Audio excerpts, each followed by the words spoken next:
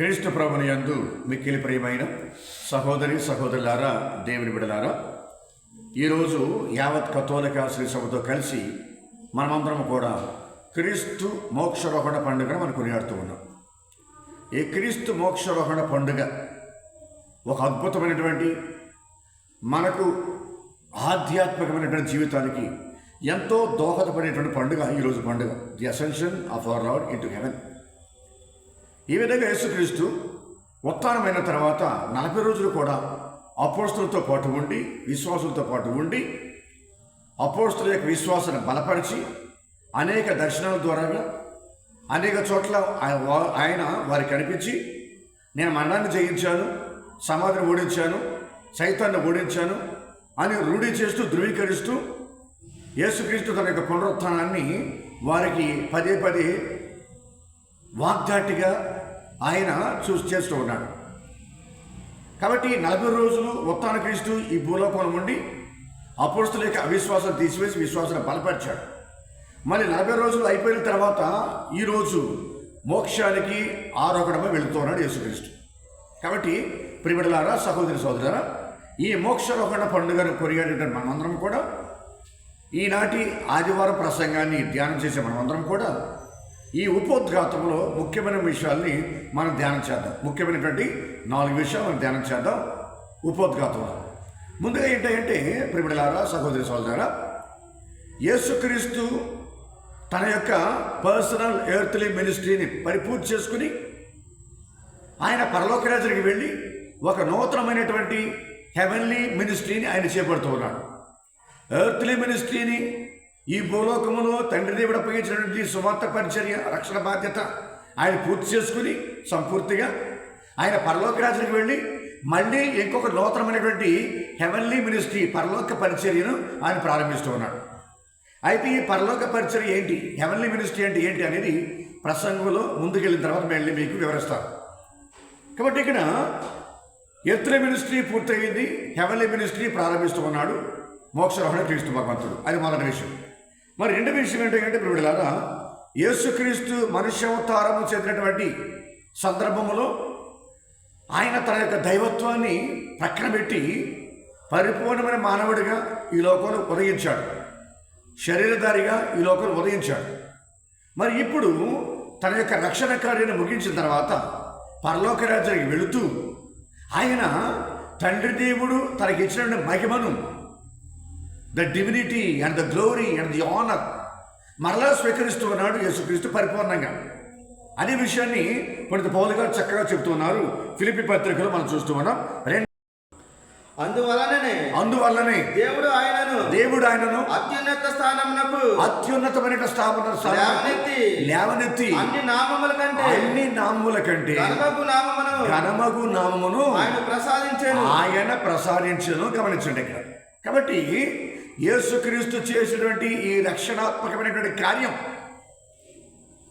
The సాల్విఫిక్ ministry పరిపూర్తి చేసుకొని పరలోకరాజ్యానికి వెళ్ళినప్పుడు అత్యున్నతమైన స్థానాన్ని తండ్రి దేవుడు క్రీస్తు ప్రభుకి ఇస్తూ ఉన్నాడు. గౌరవమును, మహిమను, అధికారమును క్రీస్తు ప్రభు మరలా పొందుకుంటూ ఉన్నాడు. ఇది రెండో విషయం. మరి మూడో విషయం ఏంటంటే ప్రియబిడ్డలారా, సహోదరి సహోదరులారా, క్రీస్తు పునరుత్థానం కావచ్చు, క్రీస్తు మోక్షారోహణం కావచ్చు, ఈ రెండు కార్యాలు కూడా ఏ పవర్ఫుల్ డ్రైవింగ్ ఫోర్స్ విశ్వాసాలందరూ కూడా ఒక బలమైనటువంటి అయస్కాంతపు శక్తి లాంటి ఈ క్రీస్తు ప్రభు యొక్క పునరుత్థానం, మోక్షారోహణం. ఎందుకంటే మనము కూడా క్రీస్తు ప్రభులాగా జీవిస్తే, క్రీస్తు ప్రభుకి సాక్ష్యం ఇచ్చే జీవితాన్ని జీవిస్తే, క్రీస్తు ప్రభునికి వాక్యానుసారంగా జీవిస్తే, ఆయన అడుగుజాడలు నడిస్తే మనము కూడా సమాధిని జయించగలం, మనము కూడా మరణాన్ని జయించగలం, పునరుత్థానం అవ్వగలం, మనము కూడా క్రీస్తు ప్రభు వలె మోక్షారోహణము చెందగలం, మోక్షానికి వెళ్ళగలం అనేటువంటి విశ్వాసాన్ని, అనేటువంటి నమ్మకాన్ని, అనేటువంటి భక్తిని మనకు దయచేస్తూ ఉంది ఈ పునరుత్థానం, ఈ మోక్షారోహణ పండుగ రెండు కూడా. కాబట్టి విశ్వాసుల యొక్క మనసుల్ని ప్రేరేపిస్తూ ఉంది, ఆకర్షిస్తూ ఉంది, క్రీస్తు వైపు నడిపించేలాగా చేస్తూ ఉంది ఈ మోక్షారోహణం, ఈ పునరుత్థానం రెండు కూడా. కాబట్టి విశ్వాసులకు మనం కూడా యేసు ప్రభులాగా జీవించాలని, యేసు ప్రభునికి అడుగుజాడలు నడవాలని, యేసు ప్రభునికి వాక్యానుసారంగా జీవించాలని, క్రీస్తు ప్రభువు యొక్క పునరుత్థానం, మోక్షరోహణం, ఈ రెండు కూడా విశ్వాసులను సకల మానవులను కూడా ప్రేరేపిస్తూ ఉన్నాయి, ఆకర్షిస్తూ ఉన్నాయి. ఇది మూడో విషయం మనం గమనించవలసింది ప్రియబిడ్డలారా, సహోదరి సహోదరులారా. మరి నాలుగో విషయం ఏంటంటే ఉపోద్ఘాతం మనం ధ్యానించవలసిన విషయం. నాలుగో విషయం ఏంటంటే ఈ ప్రపంచం మీదకి క్రీస్తు భగవంతుడు మోక్షరోహణమై వెళ్లే ముందే ఒక చక్కని వాగ్దానం చేస్తూ ఉన్నాడు. ఏమిటో వాగ్దానం అది? ఈ ప్రపంచం మీదకి, ఈ విశ్వం మీదకి, ఈ భూమండలం మీదకి ఒక అద్భుతమైన శక్తిని నేను ప్రసాదిస్తాను, కుమ్మరిస్తాను. ఆ అద్భుతమైన శక్తి ద్వారాగానే, ఆ అద్భుతమైన శక్తితోనే, ఆ అద్భుతమైన శక్తిలోనే నేను ఉండి మానవుల విశ్వాసుల హృదయంలో ఉండి వారితో పాటు జీవించి నేను నా పని చేస్తాను, నేను ఎల్లప్పుడూ కూడా మీతో ఉంటాను అని యేసు ప్రభు వాగ్దానం చేశాడు మోక్షానికి వెళ్లే ముందు. చదవండి ఒకసారి మత్తయి సువార్త 28వ అధ్యాయము 20వ వచనం బి, 2వ భాగం. ఇదిగో లోకాంతము వరకు, ఇదిగో లోకాంత్యం వరకు సర్వదా నేను మీతో అని యేసుక్రీస్తు తన అపోస్తలులకు అభయమిచ్చాడు మోక్షరోహణమే వెళ్లే ముందు. ప్రియబిడ్డలారా, సహోదరి సహోదరులారా, కాబట్టి యేసుక్రీస్తు పంపించినటువంటి ఆ పవిత్రాత్మ ఒక అద్భుతమైన శక్తి. అది ఆ అద్భుతమైన శక్తి ద్వారాగానే, ఆ పవర్ఫుల్ ఎనర్జీ ద్వారాగానే యేసుక్రీస్తు ఆత్మ సర్వేశ్వరంతో పాటు ఉండి మనలో ప్రవేశించి మన ద్వారాగా యేసుక్రీస్తు తన యొక్క సువార్త పరిచర్య, రక్షణ బాధ్యతను ఆయన కొనసాగిస్తున్నాడు. ప్రియబిడ్డలారా, సహోదరి సహోదరులారా, ఇది నాలుగో విషయం ఉపోద్ఘాతం. ఇప్పుడు మొదటి పట్టణంలోకి మనం ప్రవేశిస్తూ ఉన్నాం. మొదటి పట్టణంలో ప్రియబిడ్డలారా, అపోస్తల కార్యాలు 1వ అధ్యాయము 1వ వచనం నుంచి 11వ వచనం వరకు మనం ధ్యానం చేస్తున్నాం. ఈ అపోస్తల కార్యాల్లో మనం చూసేది ఏంటంటే క్రీస్తు ప్రభువు మోక్షారోహణమై వెళ్ళేటువంటి ఆ దృశ్యాన్ని, ఆ సీన్ని మనం చూస్తూ ఉన్నాం. అపోస్తల కార్యాలు యేసుక్రీస్తు ఎలాగ మోక్షారోహణమై వెళ్ళారు, గల్లియ పర్వతం మీద నుండి ఎలా మోక్షారోహణమై వెళ్ళారు, ఎలా పరలోక రాజ్యాన్ని కొనుక్కోబడ్డారు అనే విషయాన్ని మనం చూస్తూ ఉన్నాం ప్రియ సహోదరి సహోదరు. కాబట్టి ఈ మొదటి పట్టణంలో మనం 2 విషయాలు ధ్యానం చేసుకోవాలి. ఏంటో 2 విషయాలు అంటే, యేసుక్రీస్తు మోక్షారోహణమై వెళ్ళే ముందు 11 మంది అపోస్తలులకి గల్లియ కొండ మీద దర్శనమిచ్చి వాళ్ళని ముఖాముఖిగా చూస్తూ ఒక చక్కని సలహా, ఇన్స్ట్రక్షన్ ఇస్తూ ఉన్నాడు. ఏంటి ఆ సలహా, ఏంటి ఇన్స్ట్రక్షన్ అంటే, ఇదిగో పైనుండి మీకు ఆత్మ దిగివచ్చే వరకు, పరలోకం నుండి పవిత్రాత్మ సర్వేశ్వరుడు ఆ అద్భుతమైన శక్తి, ఆ పవర్ఫుల్ ఎనర్జీ మీరు పొందుకునే వరకు కూడా యెరూషలేమును విడిచిపెట్టి మీరు బయటికి వెళ్ళొద్దు, యెరూషలేమును విడిచిపెట్టి మీరు బయటికి వెళ్ళొద్దు అని యేసుక్రీస్తు చెబుతూ ఉన్నాడు. ఒక చక్కని సలహా అది. కాబట్టి పవిత్రాత్మ సర్వేశ్వరుని పొందుకోవాలి. సువార్త పరిచర్య చేసే ప్రతి వ్యక్తి కూడా పవిత్రాత్మ శక్తిని పొందుకోవాలి, ఆ పవిత్రాత్మ ఎనర్జీని పొందుకోవాలి, ఆ శక్తిని పొందుకోవాలి. ఎందుకంటే పవిత్రాత్మ సర్వేశ్వరుడు లేకుండా ఏ విశ్వాసి కూడా, ఏ సువార్త పరిచారకుడు కూడా క్రీస్తు ప్రభువు యొక్క వాక్యాన్ని, సందేశాన్ని బోధించలేడు. ఏ విశ్వాసి కూడా ఈ లోకంలో మనుగడ సాగించలేడు పవిత్రాత్మ సర్వేశ్వరుడు లేకుండా, క్రీస్తు భగవంతుడు లేకుండా.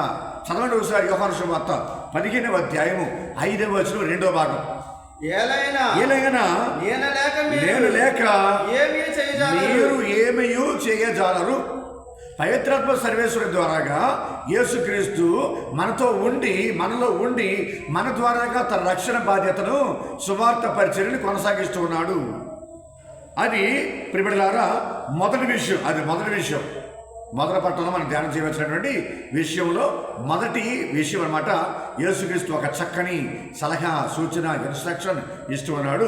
సహోదరి సహోదరులారా, దేవదూత చెప్పినట్లుగా, ఓ గల్లీయులారా, మీరెందుకు ఇంకా ఆకాశం వైపు చూస్తూ ఉన్నారు? ఈరోజు మేఘారూఢుడై పరలోకంలో కొనుక్కోబడినటువంటి ఆ మోక్షరోహణ క్రీస్తు ఏ విధంగా అయితే వెళ్ళాడో మేఘాల్లోనికి, పరలోక రాజ్యానికి, తండ్రి వద్దకు, మళ్ళీ అదేవిధంగా 2వ రాకడ సమయంలో లోకాంత్యం రోజున యేసుక్రీస్తు ఈ లోకానికి తీర్పరిగా వస్తాడు మళ్ళీ అనేటువంటి వాగ్దానం, ఆ సత్యాన్ని యేసు ప్రభు చెప్పినటువంటి ఆ మాటను దూతలు రూఢీచేస్తూ ఉన్నారు, ధృవీకరిస్తూ ఉన్నారు. ప్రియబిడ్డలారా, సహోదరి సహోదరు, కాబట్టి మోక్షరోహణమై వెళ్ళినటువంటి యేసుక్రీస్తు మళ్ళీ తిరిగి వస్తాడు. మళ్ళీ తిరిగి వచ్చి ఈ లోకానికి తీర్పు తీరుస్తాడు.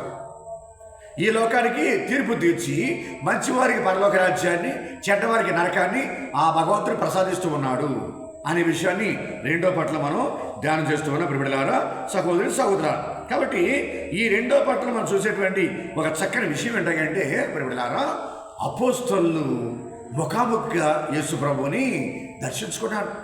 అపోస్తల కార్యాల్లో మొదటి పట్టణంలో యేసు ప్రభుని ఉత్థాన క్రీస్తుని ముఖాముఖిగా దర్శించుకున్నారు. యేసు ప్రభుని కళ్ళారా చూశారు, ఆయన మాటలు చెవులారా విన్నారు. ఎంత గొప్ప అదృష్టం అది. ఉత్థాన క్రీస్తు వారికి ఆ విధంగా దర్శనం ఇవ్వటం అనేది ప్రియబిడ్డలారా, సహోదరి సహోదరులు. ఇప్పుడు మనం సువిశేష భాగంలోకి వెళ్తున్నాం. సువిశేష భాగంలో మత్తయి సువార్తలో మనం చూస్తూ ఉన్నాం. మత్తయి సువార్త 28వ అధ్యాయము 16వ వచనం నుంచి 20వ వచనం వరకు మనం చూస్తూ ఉన్నాం. ఏంటి ఇక్కడ మత్తయి సువార్తలో మనం గమనించే విషయం ఏంటంటే, యేసుక్రీస్తు ముందే వారికి సూచన చేశారు. గల్లియ పర్వతం దగ్గరికి రండి, అక్కడ నుంచి నేను మోక్షరహంలో వెళ్తున్నాను తండ్రి వద్దకు, అప్పుడు మిమ్మల్ని ఆఖరిసారిగా కలుసుకుంటానని చెప్పని వాళ్ళందరినీ కూడా గల్లియ పర్వతం దగ్గరికి 11 మంది అపోస్తలుని చేరవేసుకున్నాడు. అక్కడ సమావేశం ఏర్పాటు చేసుకున్నారు. ఉత్థాన క్రీస్తుని చూశారు వాళ్ళు, దర్శించుకున్నారు వాళ్ళు. మనసారా ఆరాధించిన ఉత్థాన క్రీస్తుని. కాబట్టి యేసుక్రీస్తు వారితో చాలాసేపు మాట్లాడి ఉండాలి. యేసుక్రీస్తు వారితో ముఖాముఖిగా చాలాసేపు మాట్లాడి ఉండాలి. చాలా విషయాలు వాళ్ళతో చెప్పి ఉండాలి. చాలా సూచనలు వాళ్ళకి ఇచ్చి ఉండాలి. చాలా సలహాలు వాళ్ళకి ఇచ్చి ఉండాలి. మనమందరం అంటూ ఉంటాం కదా, the last mandate of Christ అని.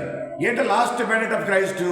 ఇదిగో ప్రపంచమందంతటా తిరిగి సకల జాతి జనులకు సువార్తను ప్రకటించండి, విశ్వసించిన వారిని మీరు జ్ఞానస్థలం ఇచ్చి వారిని బిడ్డలుగా చేయండి అని యేసు ప్రభు చెప్పినటువంటి ఆ లాస్ట్ మ్యాండేట్, ఆఖరి ఆజ్ఞ, ఆఖరి నిబంధన 11 మంది అపోస్తలులకి ఇచ్చారు అని చెప్పి మనం చదువుకుంటున్నాం. Last mandate.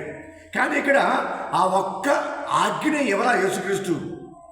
చాలా మాట్లాడి ఉండొచ్చు, చాలా సార్లు చాలా సందర్భాల్లో ఆయన వారికి చాలా విషయాలు చెప్పి ఉండొచ్చు, కొన్ని సలహాలు ఇచ్చి ఉండొచ్చు, కొన్ని జాగ్రత్తలు చెప్పి ఉండొచ్చు, కొన్ని సూచనలు చేసి ఉండొచ్చు, సుదీర్ఘమైనటువంటి ప్రసంగం వాళ్ళకి చెప్పి ఉండొచ్చు, సుదీర్ఘమైన ప్రసంగం కానీ వాళ్ళకి చెప్పి ఉండొచ్చు ప్రియబిడ్డలారా, సహోదరి సహోదరులారా. కాబట్టి ఇక్కడ మనం ధ్యానం చేయవలసిన విషయం ఏంటంటే, యేసుక్రీస్తు 4 సువార్తల్లో కూడా మనం ధ్యానం చేస్తూ ఉన్నాం. ఏంటంటే మనం ధ్యానం చేసే విషయం ఏంటంటే, ఈ 4 సువార్తల్లో చదివితే మనకు అర్థమవుద్ది. చదవండి ఒకసారి.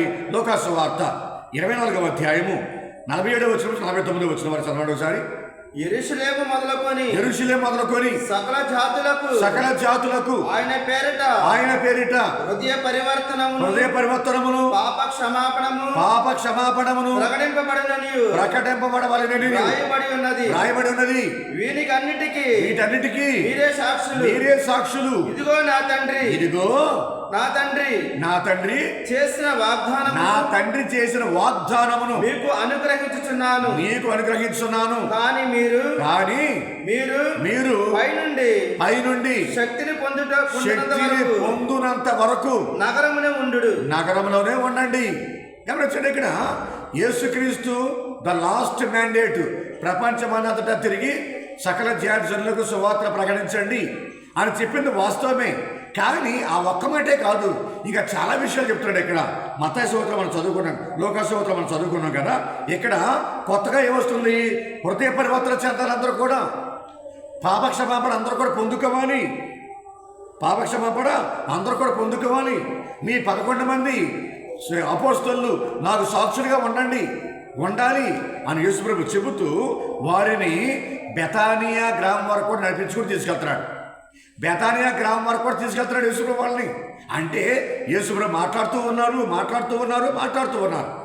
చాలాసేపు మాట్లాడుతూ ఉన్నారు. ఎందుకనంటే అపోస్తలులు యేసుప్రభుని ఉత్థాన క్రీస్తుని ముఖాముఖిగా దర్శించేటువంటి ఆ ఒక్క రోజే ఆ అద్భుతమైన ఘట్టం వాళ్ళకి అనుగ్రహిస్తూ ఉన్నాడు యేసుక్రీస్తు. కాబట్టి వాళ్ళతో చాలా విషయాలు మాట్లాడుతూ ఉన్నాడు ప్రియబిడ్డలారా, సహోదరి సహోదరులారా. వాళ్ళ మీద చేతులెత్తి ప్రార్థన కూడా చేస్తూ ఉన్నాడు. వాళ్ళని దీవించాడు యేసుక్రీస్తు, ఉత్థాన క్రీస్తు. ఆ విధంగా దీవించిన తర్వాత మోక్షరోహణం వెళ్ళిపోతున్నాడు యేసుక్రీస్తు. మరి అపోస్తులు ఏం చేశారు?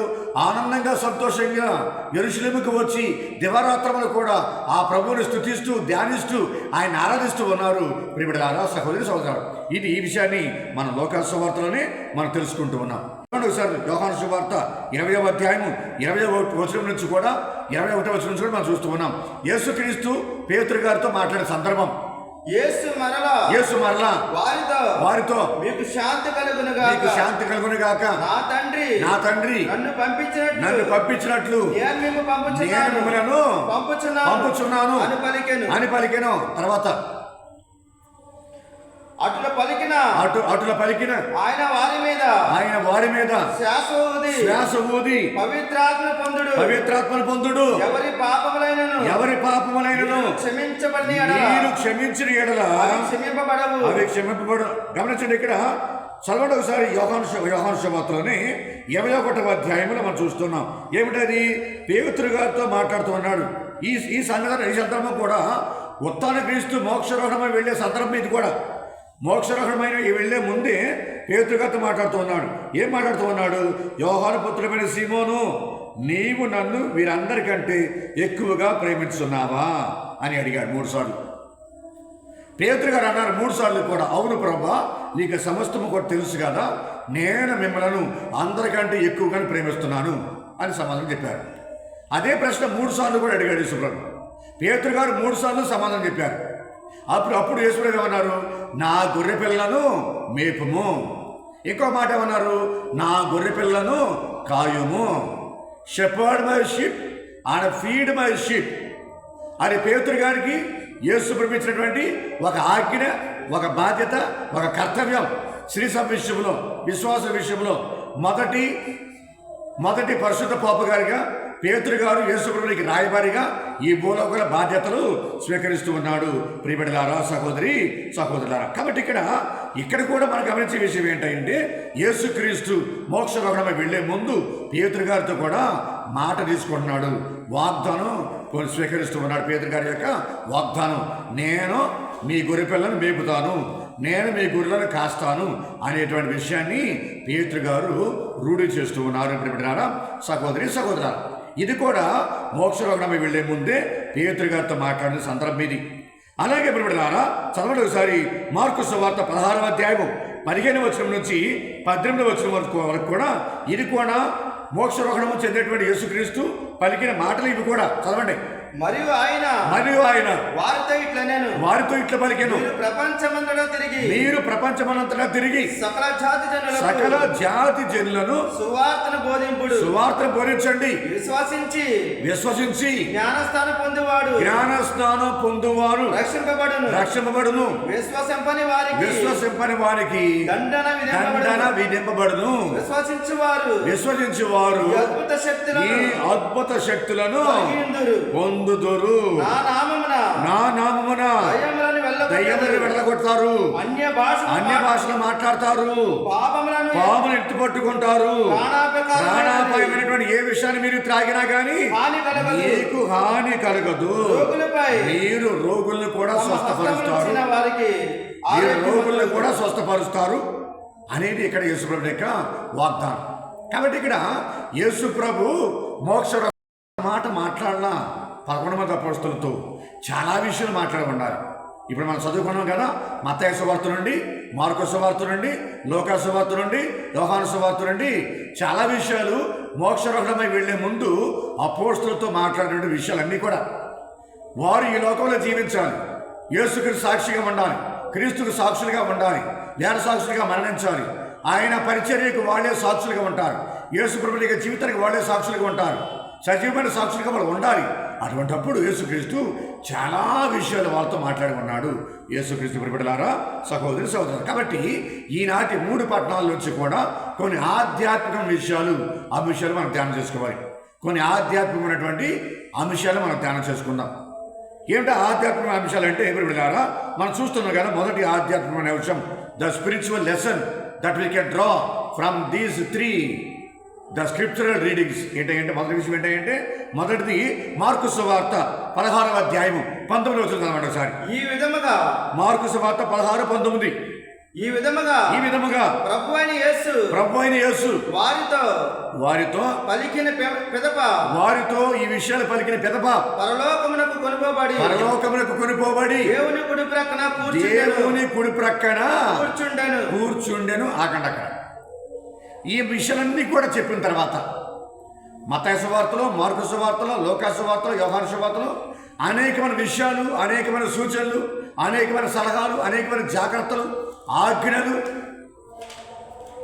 ద లాస్ట్ కమిషన్స్ అన్నీ కూడా ఇచ్చిన తర్వాత క్రీస్తు భగవంతుడు పరలోక రాజ్యానికి కూడిపోబడి తండ్రి దేవుని కుడి పార్శ్వమున కూర్చున్నాడు అనే విషయాన్ని ఇక్కడ సువార్తికుడు రూఢి చేస్తున్నాడు. ప్రియబిడ్డలారా, సహోదరి సోదరా, తండ్రి దేవుని కుడి ప్రక్కన కూర్చున్నాడు యేసుక్రీస్తు.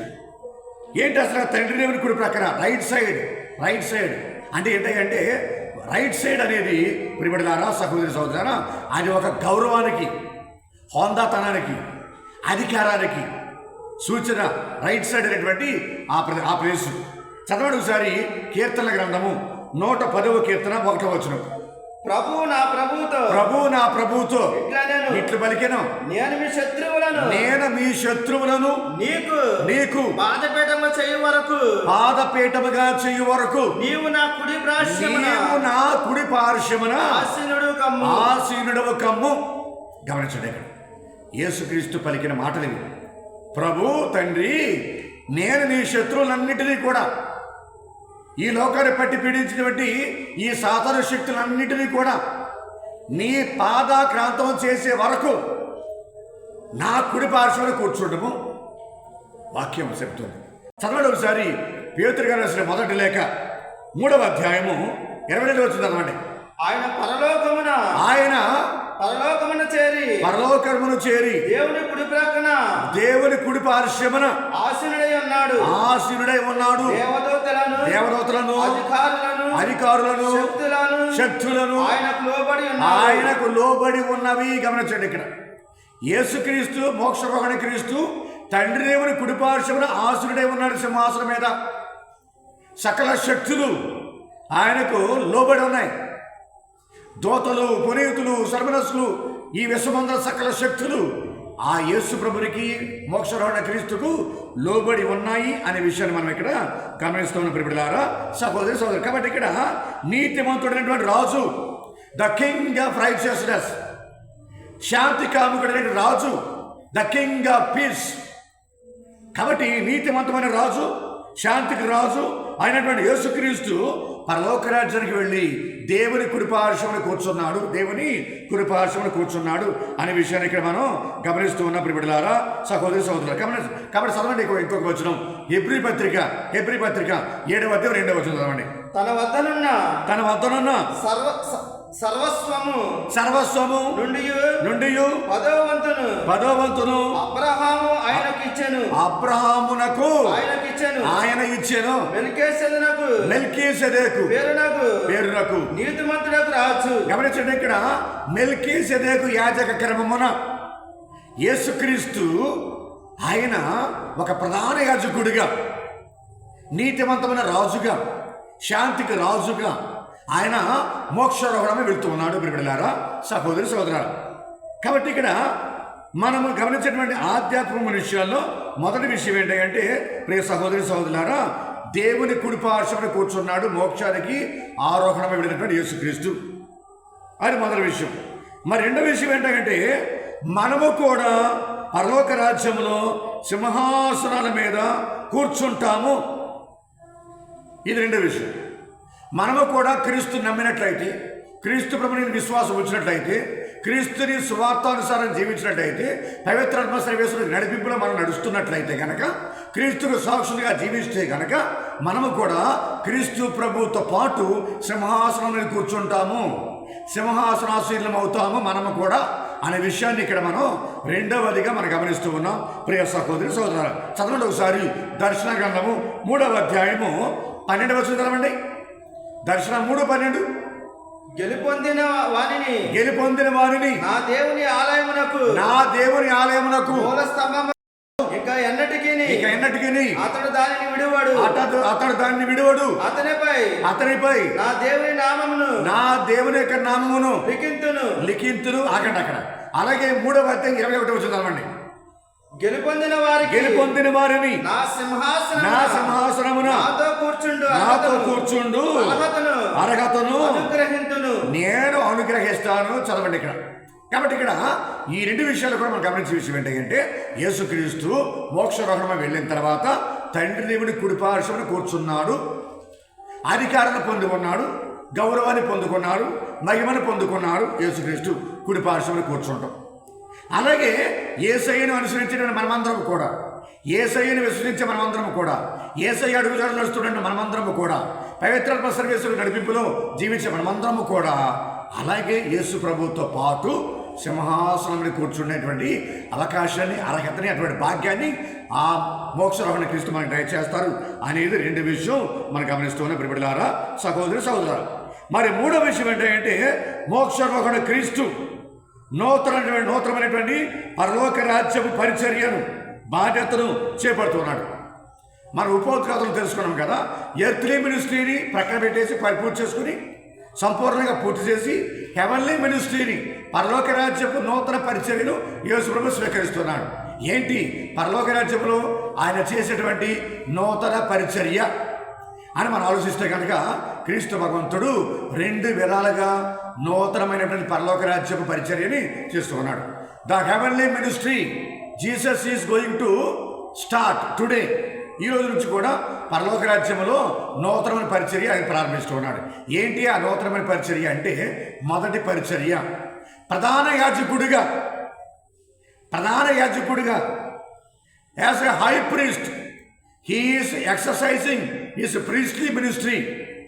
హై ప్రీస్ట్లీ మినిస్ట్రీ ఆయన పదవీ బాధ్యతలు స్వీకరిస్తున్నాడు. ప్రియబిడ్డలారా, సహోదరి సహోదరులారా, అది చదవండి ఒకసారి. హెబ్రీ పత్రిక 4వ అధ్యాయము 14 వచనం 15 వచనం. ఆకాశ మండలము గుండా వెళ్ళినటువంటి దేవుని కుమారుడైనటువంటి యేసు అనే గొప్ప ప్రధాన యాజకుడు మనకు ఉన్నాడు కనుక మనం ఒప్పుకొని విశ్వాసమునందు దృఢముగా నిలిచి ఉందుము. మన బలహీనతలను గూర్చి సానుభూతి చూపలేని వ్యక్తి కాదు మన ప్రధాన యాజకుడు. సోదరులు, కాబట్టి ఇక్కడ ఆయన మన యేసుక్రీస్తు మోక్షారోహణ క్రీస్తు మొదటి బాధ్యత మన ప్రధాన యాజకుడిగా ఆయన పదవీ బాధ్యతలు స్వీకరిస్తున్నాడు పరలోక రాజ్యంలో. ఆయన మొదటి కర్తవ్యం యేసుక్రీస్తు మోక్షారోహణమై వెళ్ళిన తర్వాత మన పట్ల సానుభూతి చూపిస్తున్నాడు. మన బలహీనతల సమయంలో, మన శోధన సమయంలో, మన ఇబ్బందుల సమయంలో, మన కష్టాల్లో, మన ఇరుకు ఇబ్బందుల్లో, మన సమస్యల్లో, మన శోధనలో, మన యొక్క బాధల్లో, వేదన, రోదన, కలిమి లేబుల్లో మనం ఎంత కురిగిపోతున్నామో, ఎంత కృషించిపోతూ ఉన్నామో, ఎంతవరకు అయితే మనం అణగదొక్కబడుతున్నామో సైతన్య శక్తులతో. కాబట్టి అటువంటి సమయంలో మన బాధలను అర్థం చేసుకుని, మన కష్టాలను అర్థం చేసుకుని, మన పరిస్థితులను అర్థం చేసుకుని, మన మీద సానుభూతి చూపించి, జాలి, దయ, కనికరాన్ని చూపించి మనతో పాటు తండ్రి దగ్గరికి ప్రార్థన చేసేవాడే, విజ్ఞాపన చేసేవాడే, మన తరపున మాట్లాడేవాడే ఆ తండ్రి దేవుడి కుడి పక్కన కూర్చున్నటువంటి మన ప్రధాన యాజకుడు యేసుక్రీస్తు. అది యేసు ప్రభు చేసేటువంటి హెవెన్లీ మినిస్ట్రీలో మొదటి భాగం. ప్రియబిడ్డలారా, సహోదరి సహోదరులారా, మరి 2వ బాధ్యత ఏమిటంటే హీ ఈజ్ అవర్ అడ్వకేట్. ఆయన మన అడ్వకేట్, మన న్యాయవాది, మన తరపున వాదించేవారు, మన తరపున పోరాడేవారు, మన తరపున మాట్లాడేవారు. ఆయన మన పారక్లేట్, మన అడ్వకేట్ అనమాట యేసుక్రీస్తు. చదవండి ఒకసారి. 1 యోహాను పత్రిక 2వ అధ్యాయము 1వ వచనం 2వ వచనం చదవండి. మీరు పాపము చేయకుండా ఉండుటకై నా చిన్న పిల్లలారా మీకు ఇట్లు వ్రాయుచున్నాను. కానీ ఎవరైనా పాపము చేసినచో మన కొరకు తండ్రి సమక్షమున న్యాయవాదిగా విన్నవించుటకు నీతిమంతుడగు యేసుక్రీస్తు మనకు కలడు.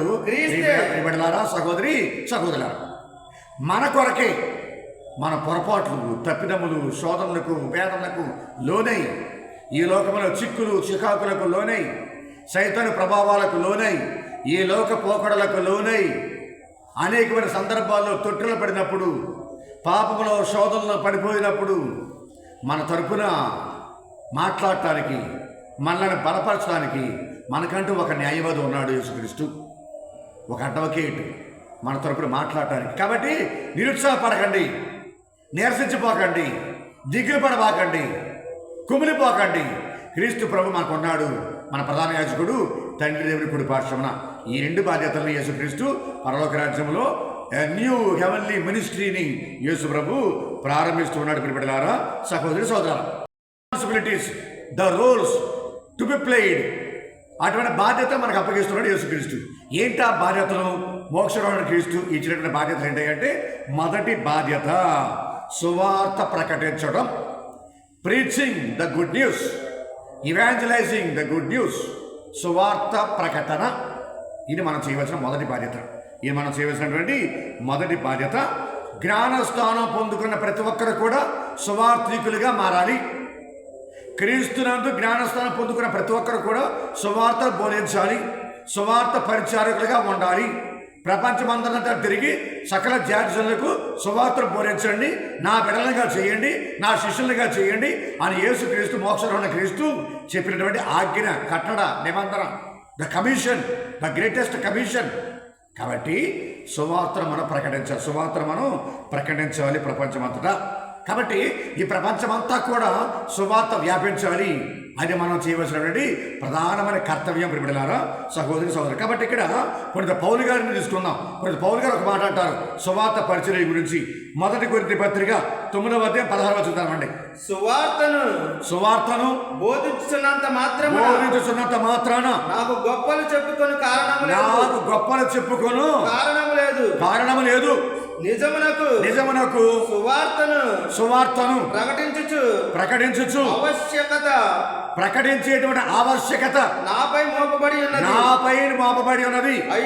అయ్యో నేను సువార్తను ప్రకటించకుండా ఉన్నట్లు ఉంటే గనక అది నాకు అనర్థం. Alas for me if I don't preach the good news.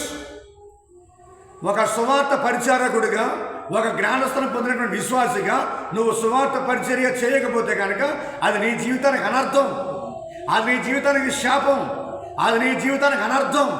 ప్రతి ఒక్కరూ కూడా సువార్త ప్రకటన చేయాలనేది యేసు ప్రభువునికి ఆజ్ఞ. ప్రియబిడ్డలారా, సహోదరి సహోదరు. కాబట్టి ఇక్కడ అపోస్తలులు కూడా ఏమంటున్నారు వినండి, ఒకసారి చదువుకుందాం. అపోస్తల కార్యాలు 6వ అధ్యాయం 4వ వచనం. అప్పుడు మేము మా సమయమంతా కూడా ప్రార్థించుటకును వాక్య పరిచర్య చేయుటకును నిరంతరముగా ఉపయోగించుదము అని చెప్పిరి. పేతురు గారు అన్న మాట ఇది. అపోస్తల కార్యాలు 6వ అధ్యాయంలో డేకన్స్ ని ఎన్నిక చేసుకునే ముందు సమస్య వచ్చినప్పుడు పేతురు గారు చెప్పినటువంటి మాట. ఇదిగా మా సమయమంతా కూడా ప్రార్థన చేసుకోవడానికి కేటాయిస్తాం. రెండవదిగా మా సమయం అంతా కూడా సువార్త పరిచర్య చేయడానికి మా సమయం అంతా కూడా వెచ్చిస్తాం. కాబట్టి జ్ఞానస్నానం పొందుకున్న ప్రతి ఒక్కరు కూడా సువార్త పరిచర్య చేయాలి, సువార్త ప్రకటన చేయాలి. Preaching the good news, evangelising the good news అనేది మొదటి బాధ్యత. ప్రియబిడ్డలారా, సహోదరి సహోదరులారా, అది మొదటి బాధ్యత.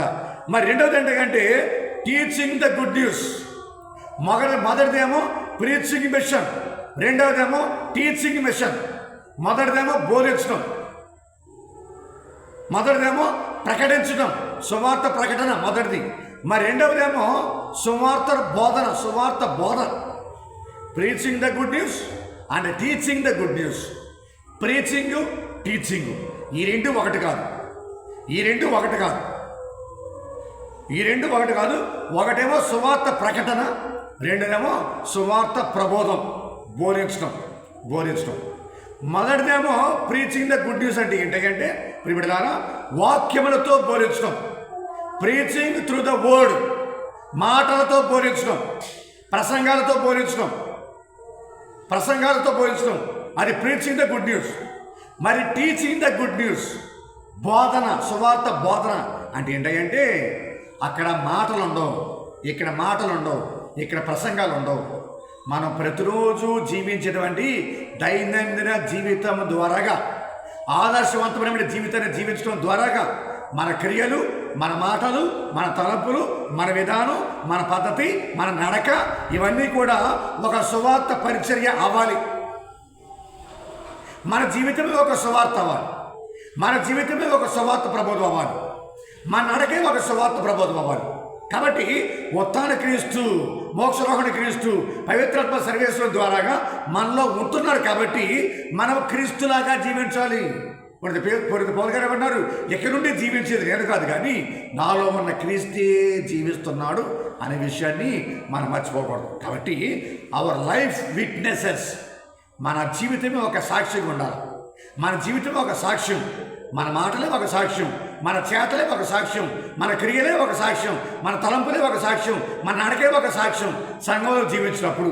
ఆ విధంగా ప్రియబిడ్డలారా, ఒకటేమో ప్రీచింగ్ త్రూ ద వర్డ్, ఒకటేమో teaching through the life fitness.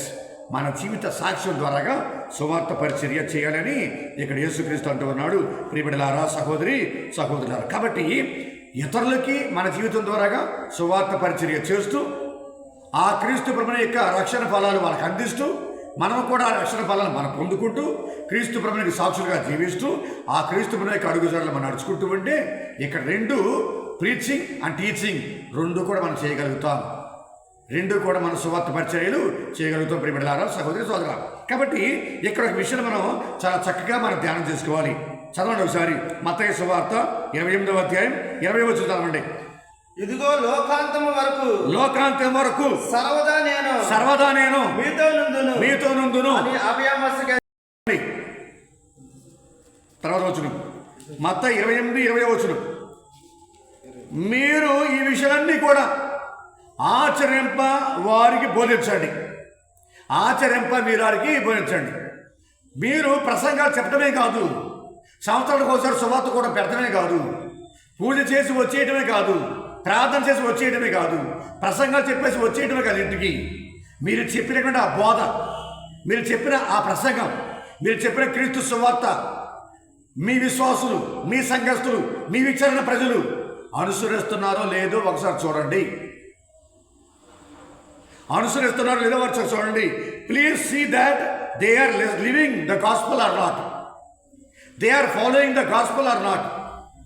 ఆ వాక్ ప్రకారంగా వాళ్ళు జీవిస్తున్నారు లేదో మీరు చూడండి అని యేసు ప్రభు మనతో చెప్తున్నారు. ప్రియబిడ్డలారా, సహోదరులు, కాబట్టి ఇక్కడ విశ్వాసులు వాక్యానుసారంగా జీవించాలా, దేవుని సువార్త ప్రకారంగా జీవించాలా.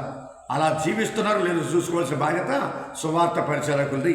అందుకని కథోలిక శ్రీ సభ నేత్రాసనాలను ఏర్పాటు చేసి, విచారణను ఏర్పాటు చేసి, విచారణ కింద కొన్ని గ్రామాలు ఏర్పాటు చేసి, విచారణ గురువులు ఏర్పాటు చేసి, వారి కింద ఆపరేషన్ ఆస్థానాలు పెట్టి అన్ని గ్రామాలు, అన్ని కుటుంబాల వారు బాగున్నారు లేదా, క్రీస్తు సువార్త ప్రకారంగా జీవిస్తున్నారా లేదా, క్రీస్తు సువార్తానుసారంగా జీవిస్తున్నారా లేదా, ఆ సువార్తను ఆచరింప వాళ్ళు జీవిస్తున్నారా లేదా అని మనం చూస్తూ ఉండాలి. ప్రియబిడ్డలారా, సహోదరి సహోదరులారా, పర్యవేక్షించే బాధ్యత, సూపర్వైజింగ్ బాధ్యత మనం ఎప్పుడు కూడా దాన్ని స్వీకరిస్తూ ఉండాలి. ప్రసంగం చెప్పేసి వచ్చేయడం కాదు, కూటం పెట్టేసి వచ్చేయడం కాదు, సంవత్సరానికి ఒకసారి కూటం పెడతా వచ్చేయడం కాదు. వారు నిజంగా నిజ క్రైస్తవులుగా, సాక్ష్యమిచ్చే క్రైస్తవులుగా జీవిస్తున్నారా లేదా, వారు ఫలిస్తున్నారా లేదా, వారి జీవితాలు ఫలవంతం అవుతున్నాయా లేదా, దినదినం కూడా వారు క్రీస్తులు ఎదుగుతున్నారా లేదా, పవిత్రాత్మ శక్తులు వారి బలాన్ని పొందుకుంటున్నారా లేదా అనే విషయాలను సువార్త పరిచారకులుగా మనమందరం కూడా పర్యవేక్షించాలి. మీరు బోధించిన విషయాలన్నీ కూడా వారు బోధింప, ఆచరింప వారిని చూసుకోండి. ఒకసారి వారు ఆచరించే విధంగా మీరు చూసుకోవాలి. అందుకని ప్రియబిడ్డలారా, సహోదరి సహోదరులారా, కుటుంబ సభ్యులంగా మనం కూడా ఒక తల్లిగా, ఒక తండ్రిగా, ఒక సంఘ పెద్దగా, ఒక ఉపదేశిగా, ఒక కన్యాస్త్రీగా, ఒక విచారణ గురువుగా, కథోలిక శ్రీ సభలో, క్రైస్తవ సమాజంలో, ఈ ప్రపంచంలో క్రీస్తు ప్రభుని యొక్క సువార్తను అనుసరిస్తున్నారో లేదో మనం ఒకసారి పర్యవేక్షించుకోవాలి. అది యేసు ప్రభు చెప్పేటువంటి సందేశం. ప్రియబిడ్డలారా, సహోదరి సహోదరు, కాబట్టి ఇక్కడ మోక్షరోహణ క్రీస్తు భగవంతుడు మనకు చక్కని విషయాల్ని మన ముందు పెడుతున్నాడు. మీరు కూడా నాలాగే మోక్షరాజ్యాన్ని పొందుకోగలరు, మీరు కూడా నాలాగే సమాధిని, మరణాన్ని జయించగలరు, మీరు కూడా నాలాగే పునరుత్థానం చెందగలరు, మోక్షరోగమే నా యొద్దకు రాగలరు. నాకు సాక్షులుగా మీరు జీవించండి, నా సువార్త ప్రకారంగా జీవించండి, పవిత్రాత్మ సర్వేశ్వరుని నడిపింపు ప్రకారంగా జీవించండి. మనకు సలహా ఇస్తున్నారు, సూచన ఇస్తున్నారు, ఆజ్ఞ జారీ చేస్తున్నారు. ప్రియబిడ్డలారా, సహోదరి సహోదరు, కాబట్టి చక్కగా తల వంచి కళ్ళు మూసుకుని ప్రార్థన చేసుకుందాం, ప్రార్థించుదాం. సర్వశక్తి గల సర్వేశ్వర, దయగల మా తండ్రి, ప్రేమగల ప్రభువా, ఈరోజు యావత్ కథోలిక శ్రీ సభ మోక్షారోహణ పండుగ మనం కొనియాడుతుంది ప్రభువా. దీవించండి, ఆశీర్వదించండి. ఈ మోక్షరోహణ పండుగ రోజున మేము చాలా విషయాలు ప్రభు ధ్యానం చేస్తూ ఉన్నాం. మొదటి పట్టణంలో ధ్యానం చేసి ఉన్నాం, సువిశేషంలో ధ్యానం చేసి ఉన్నాం. ప్రభు ఉత్థాన క్రీస్తు, మోక్షరోహణ క్రీస్తు ఏ విధంగా ఈ ప్రపంచం పట్ల, ఈ విశ్వం పట్ల ఎంతో శ్రద్ధ కలిగి, ఎంతో ఆసక్తి కలిగి ఈ విశ్వాన్ని, ఈ ప్రపంచాన్ని, మానవులను రక్షించడం కోసమై ఆయన ఎంత త్యాగం చేసి ఉన్నారు. మోక్షరహణమై వెళ్ళే ముందు కూడా నేను సర్వాత్మిక సైనం లోకాంతి వరకు మీతో ఉంటానని వాగ్దానం చేసి ఉన్నారు. అద్భుతమైన శక్తి పవిత్రాత్మ సర్వేశ్వరుల ద్వారాగా, పవిత్రాత్మ సర్వేశ్వరులతో పాటుగా విశ్వాసుల హృదయంలో ఉంటారని చెప్పి మాట ఇచ్చి ఉన్నారు. ఎంతో శ్రద్ధ ప్రభు, ఎంతో ఆసక్తిని తండ్రి మానవ ప్రపంచం పట్ల, మానవుల పట్ల, ఈ విశ్వం పట్ల ఎంతగానో ప్రేమించాడు ప్రభు మీ కుమారుడు యేసుక్రీస్తు ఈ లోకాన్ని.